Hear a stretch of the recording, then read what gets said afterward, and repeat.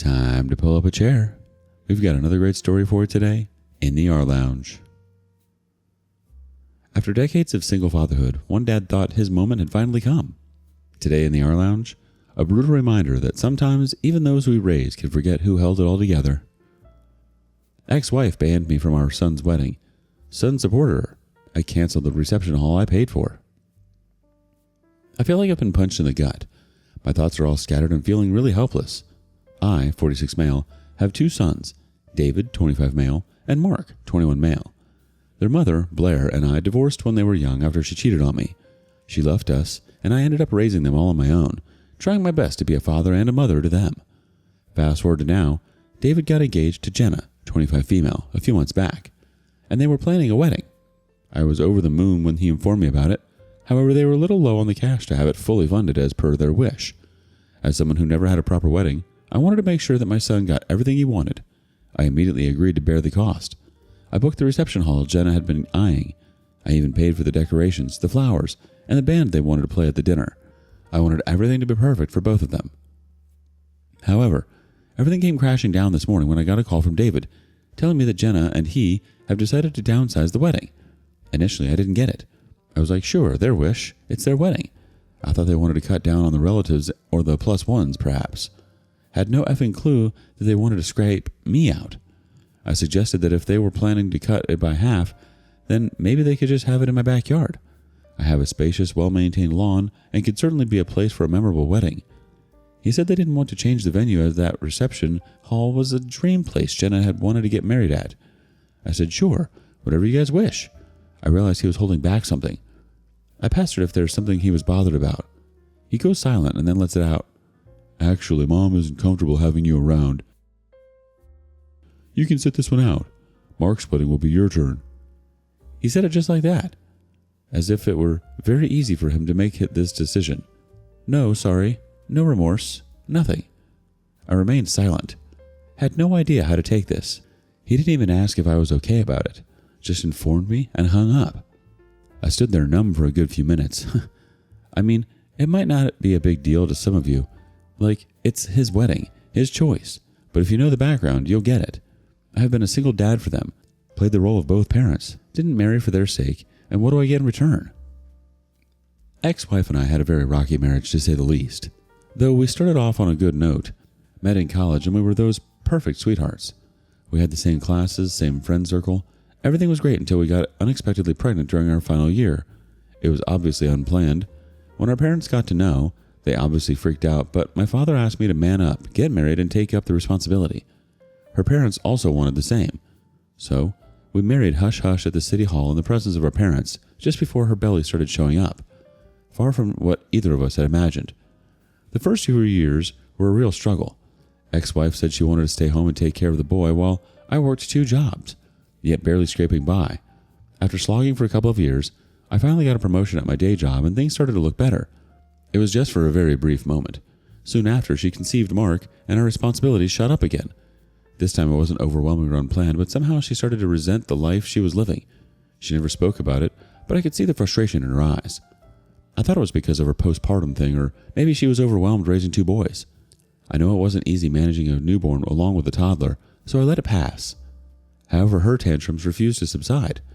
I think after Mark turned 1, I seriously confronted her about her behavior. I told her if she wanted to go back to school or wanted to do a job, she can do it now and I can manage my work around it. But then she confessed to seeing someone for months, and that guy was our close college friend. She told me she couldn't live this life anymore, that the kids and I were holding her back. I told her I won't hold her back and beg her to stay. She's free to do whatever she wants. That very evening, she packed her stuff and moved in with the affair partner, without even looking back at the kids. I still remember that evening. They were asleep when she left. I can't describe the horror on their face next morning when they got to know that their mother had abandoned them in their sleep, without even a goodbye. Mark was too small to get it, but he cried inconsolably for days, and David, he was shattered. Later, she justified she was tired and overwhelmed by the motherly duties and wanted to escape so badly. She blamed me for being an absent parent and leaving everything to her. I had 2 jobs and 4 mouths to feed. God knows what was her expectations. Anyways, she wanted freedom and I got full custody of my kids. She moved to a different country and barely bothered to contact the boys. I raised both of them alone. My parents stayed for a while, and my sister stepped in whenever the kids were sick or I needed to get cover.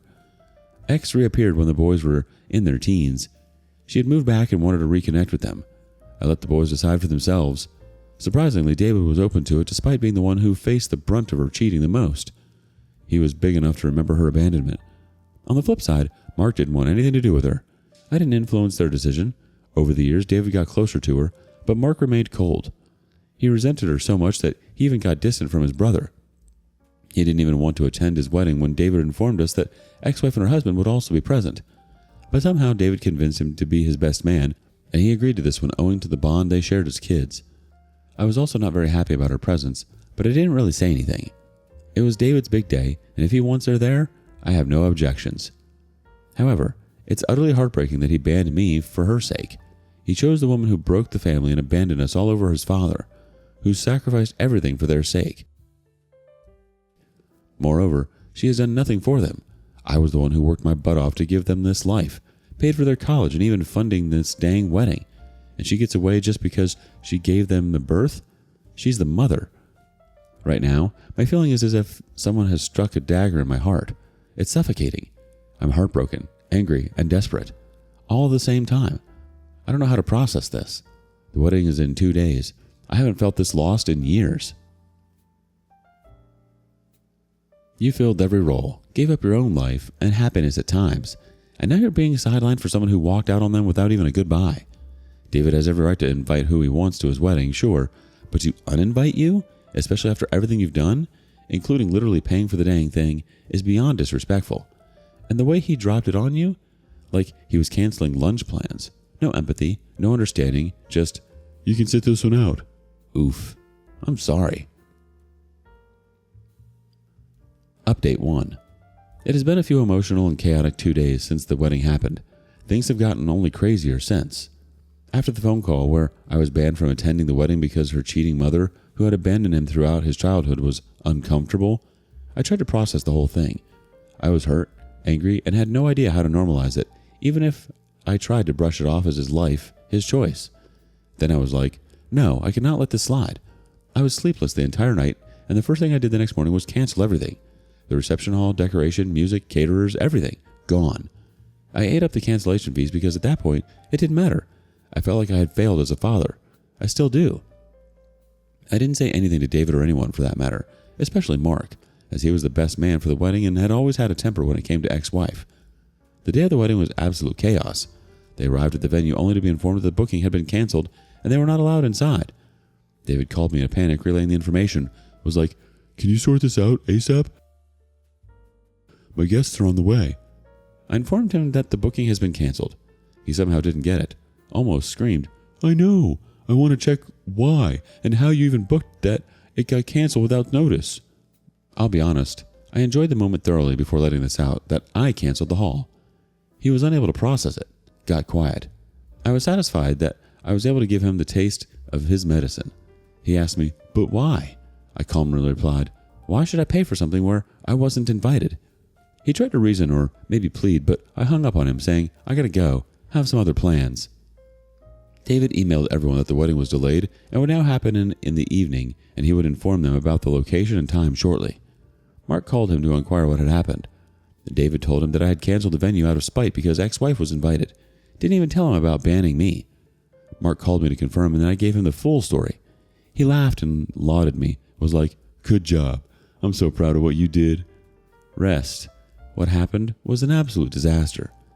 David and his mother tried to negotiate with the venue manager to rebook it, but the time was gone and they had given it off to someone else, apparently for some political meeting which cannot be canceled at any cost. They tried to book other venues for the same day but found none. They couldn't move the wedding to the next day as they were to fly for their honeymoon on the same night.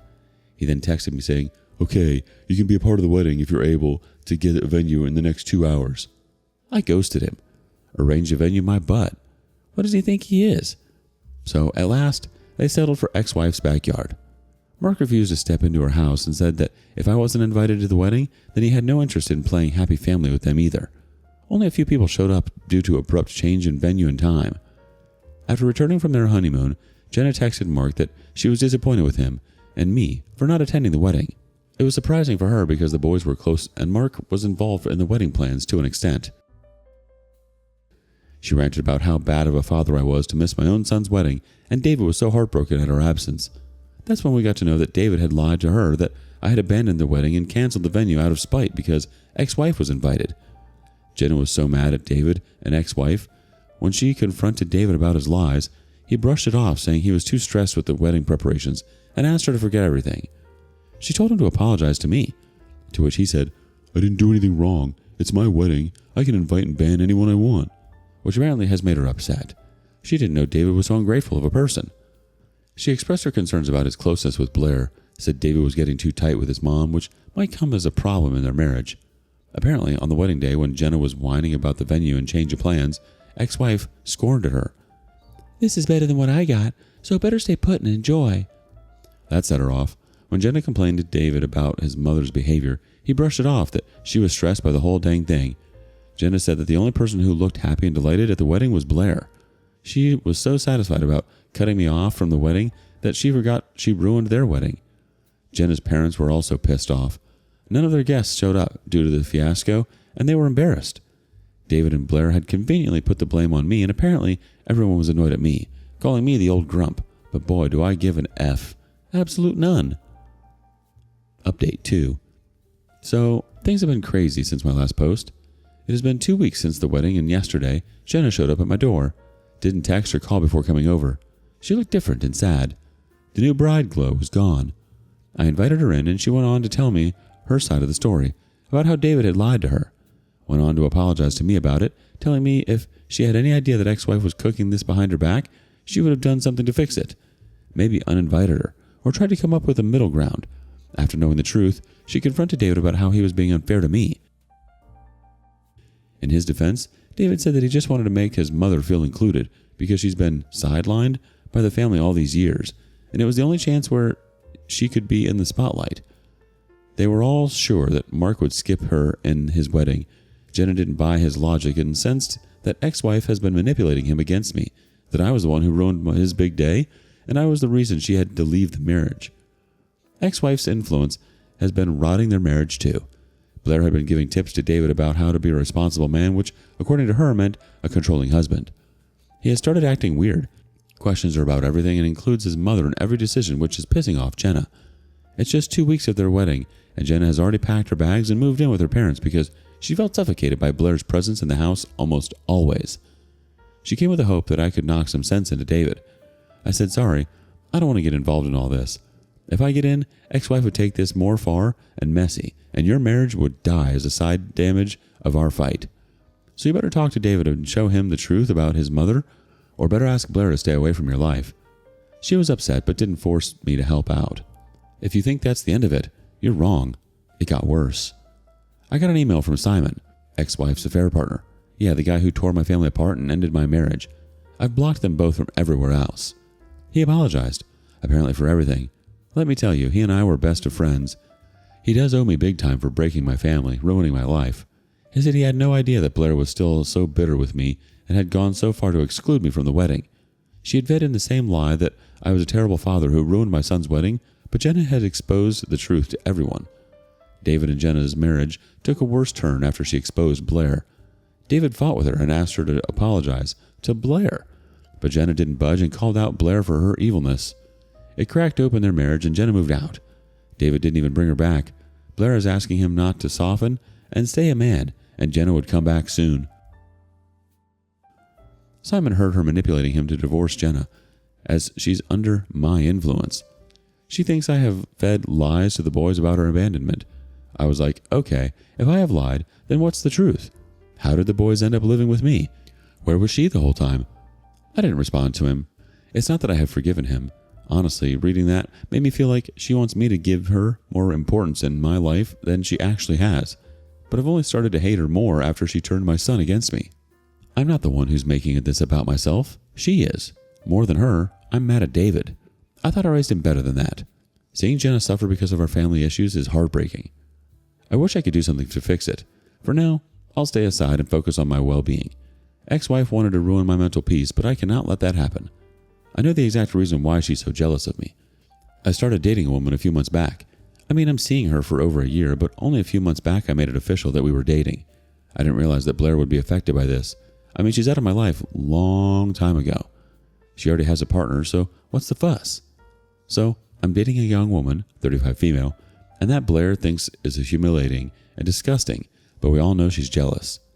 She cannot stand the fact that I can have a woman in my life and that I was happy and content.